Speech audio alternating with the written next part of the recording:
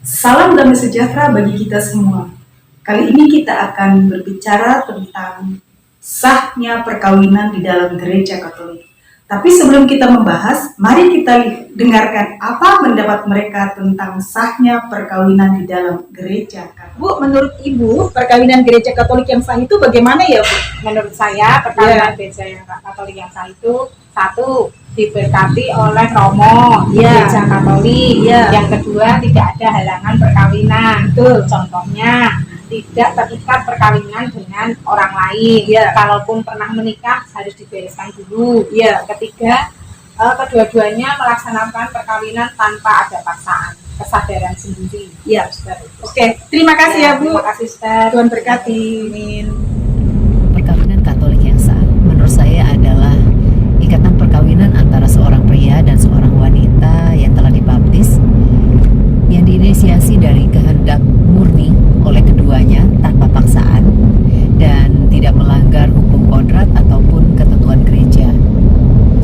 Dan pengajuan dari perkawinan tersebut telah diterima oleh gereja dan diresmikan melalui sakramen perkawinan. Sakramen perkawinan di dalam gereja Katolik bersifat monogam, satu laki-laki dan satu perempuan, serta tidak terceraikan. Bisa dikatakan sakramen bila diucapkan oleh seorang Katolik laki-laki dan seorang Katolik perempuan di hadapan Allah, imam, umat, serta dua orang saksi. Inti perkawinan Katolik adalah saling menepati janji untuk saling membahagiakan. Perkawinan Katolik terlaksana bila tidak ada halangan menurut tata cara gereja Katolik serta hukum gereja.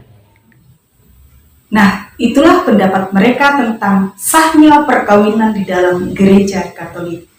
Dan semuanya bisa dikatakan benar. Mari kita bahas satu persatu. Menurut kitab hukum kanonik atau KHK, dokumen gereja Katolik, dalam kanon 1055 mengatakan perkawinan dengan perjanjian perkawinan, pria dan wanita membentuk antara mereka kebersamaan seluruh hidup. Dari sifat kodratinya, perjanjian itu terarah pada kesejahteraan suami istri serta kelahiran dan pendidikan anak. Oleh Kristus Tuhan, perjanjian perkawinan antara orang-orang yang dibaptis diangkat ke martabat sakramen. Jadi menurut kanon 1055 ini ada 3 unsur di dalamnya. Yang satu subjeknya, yaitu seorang pria dan seorang wanita. Dan mereka sepakat untuk membentuk persekutuan. Persekutuan yang bagaimana? Persekutuan demi kesejahteraan suami istri dan kelahiran serta pendidikan anak. Dalam bahasanya, bahasa kanon itu bonum conjugum dan bonum prolis. Bonum conjugum adalah kebaikan dalam kebersamaan, kesejahteraan bersama, yaitu suami dan istri. Jadi kesejahteraan lahir dan batin. Kesejahteraan lahir yaitu terpenuhinya pangan, sandang, dan papan. Atau dalam arti terpenuhinya kebutuhan hidup ekonomi. Dan yang kedua adalah kesejahteraan batin. Jadi antara suami dan istri merasakan kebahagiaan di dalam rumah tangganya. Ada rasa aman dan nyaman. Dan tentu itu berlandaskan cinta kasih.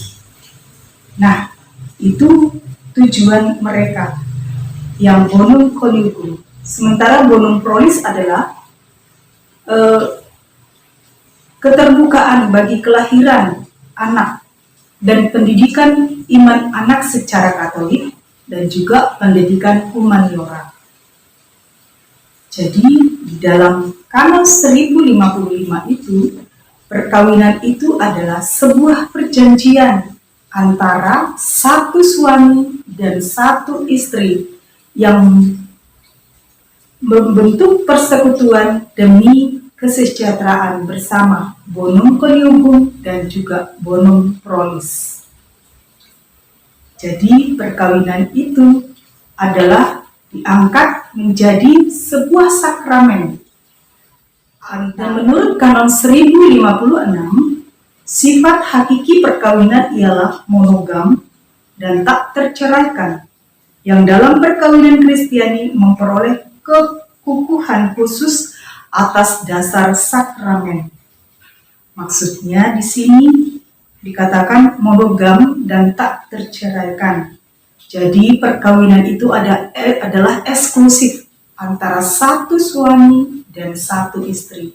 Jadi di dalam gereja Katolik tidak ada poligami atau poliandri. Dikatakan di sini tak terceraikan, istilahnya indissolubilitas, tak terceraikan. Hanya Allah yang mampu menceraikan mereka, yaitu kematian. Di dalam indissolubilitas itu ada dua cirinya, yaitu relativa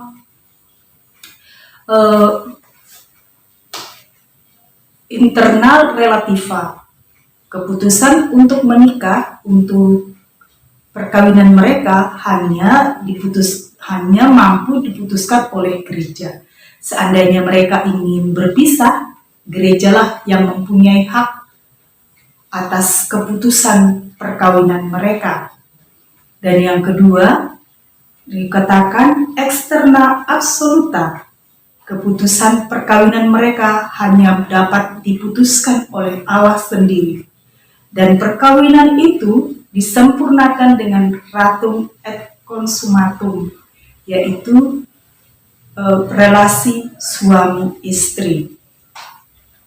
Menurut kanon 1057, kesepakatan antara orang-orang yang menurut hukum mampu dan dinyatakan secara legitim membuat perkawinan kesepakatan itu tidak dapat diganti oleh kuasa manusiawi manapun.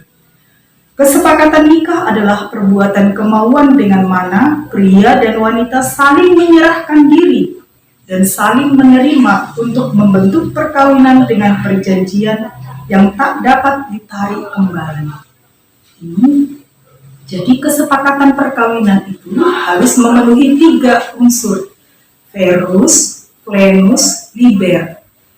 Verus artinya adalah benar, bahwa perkawinan mereka itu ada benar-benar perkawinan yang sah, tidaklah kawin kontrak atau kawin pura-pura saja. Dan yang kedua, plenus. Plenus artinya perkawinan itu menuntut kesetiaan, dan juga perkawinan itu harus terbuka bagi bonum conjugum dan bonum prolis yang tadi kita bahas dalam kanon 1055. Dan yang ketiga adalah liber. Liber itu artinya mereka bebas tanpa ikatan perkawinan sebelumnya, tanpa paksaan, tetapi mereka mau menyerahkan diri satu sama lain untuk hidup bersama. Perkawinan itu unity dan indissolubilitas seperti yang dikatakan pada kanon 1056. Hidup dalam persekutuan bersama, satu selamanya dan tak terceraikan. Dalam kanon 1058, semua orang yang tidak dilarang hukum dapat menikah. Nah, ini hukum yang bagaimana? Hukum sipil juga ada, atau hukum gereja, hukum kodrati. Nanti kita akan lihat halangan-halangan perkawinan. Bagi mereka yang tidak mempunyai halangan perkawinan, mereka akan mampu untuk melakukan perkawinan di dalam gereja Katolik. Dan menurut kanon 1059, perkawinan orang-orang Katolik meskipun hanya satu pihak yang Katolik diatur tidak hanya oleh hukum ilahi, melainkan juga oleh hukum kanonik dan tetap berlaku kewenangan kuasa hukum mengenai akibat-akibat yang sifatnya semata-mata sipil dari perkawinan itu. Jadi di dalam perkawinan Katolik ada satu orang. Tidak selalu Katolik dengan yang Katolik, tetapi ada juga Katolik dengan orang yang dibaptis, yang bukan Katolik, asal mereka berada dalam persekutuan gereja Indonesia, maksudnya Kristen Protestan.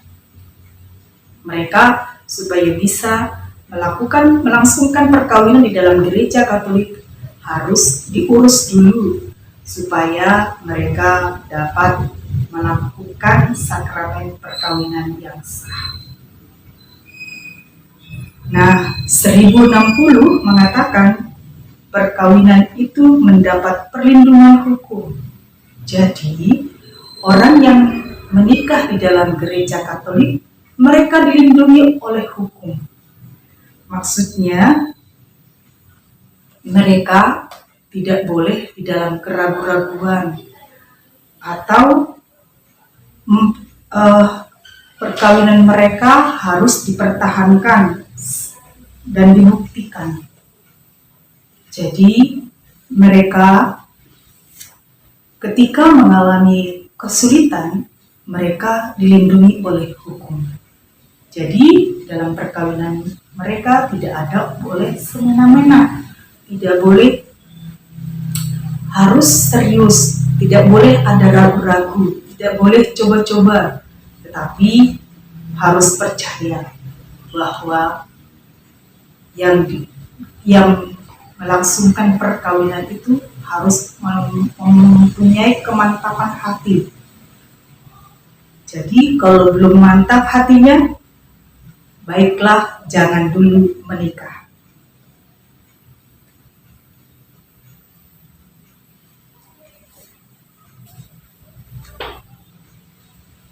Itu tadi syarat sah perkawinan menurut subjek, dan juga konsensus tadi ada perjanjian perkawinan, itu namanya kesepakatan bersama, bonum conjugum dan bonum prolis.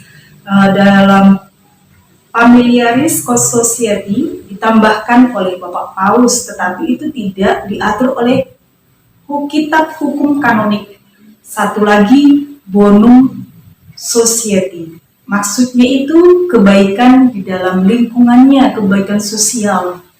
Contohnya, kalau yang menikah itu adalah seorang guru, dia harus memberikan nilai tambah di lingkungannya.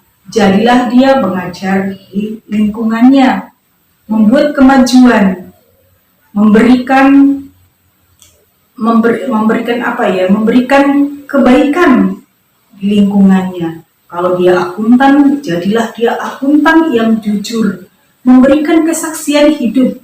Jadi, dalam perkawinan itu memberikan manfaat, tidak hanya di dalam keluarganya, tetapi di dalam lingkungannya. Nah, itu adalah tambahan, bukan diatur dalam kitab hukum kanonik, tetapi itu juga dianjurkan sebagai seorang Katolik.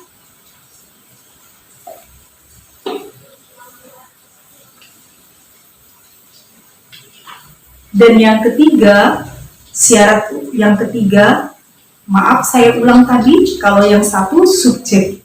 Tadi subjeknya satu laki-laki dan satu perempuan, membentuk persekutuan bersama. Dan yang kedua adalah objek.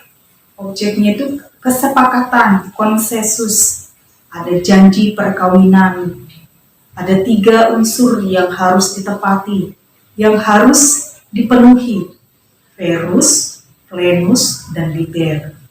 Nanti itu akan dicek, diperiksa waktu kanonik sebelum mereka mensahkan perkawinan mereka di dalam gereja. Jadi romo yang memberkati mereka atau romo paroki harus melakukan kanonik untuk mereka supaya gereja benar-benar percaya bahwa mereka menikah dengan hati yang mantap dan keseriusan. Dan yang ketiga, yang paling penting adalah forma kanonika atau tata peneguhan.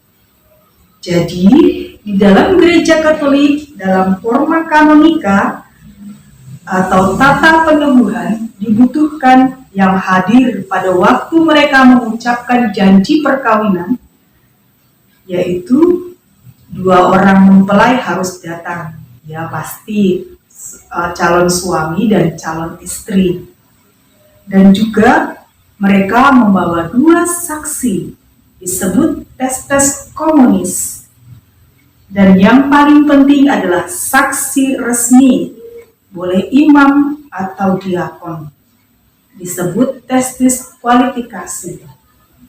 Dan kedua, pelaksanaannya boleh di tempat domisili mereka atau di gereja atau di kapel atau di tempat lain sejauh diizinkan oleh ordinaris wilayah. Nah, jika yang ketiga itu sudah terpenuhi, maka dikatakanlah perkawinan mereka itu adalah perkawinan yang sakramen, perkawinan yang sah. Berarti ada juga perkawinan yang tidak sah. Maksudnya tidak sah, ada halangannya. Halangan apa sih yang bisa menggagalkan perkawinan mereka? Atau Romo Paroki tidak mensetujui mereka untuk menikah? Mari kita lihat contohnya. Pada kanon 1096,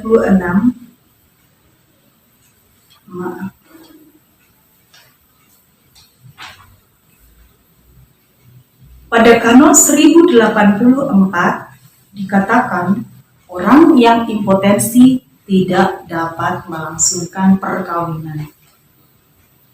Di dalam gereja Katolik ini adalah halangan kodrati. Di hukum sipil juga tidak mengizinkan mereka untuk melakukan perkawinan.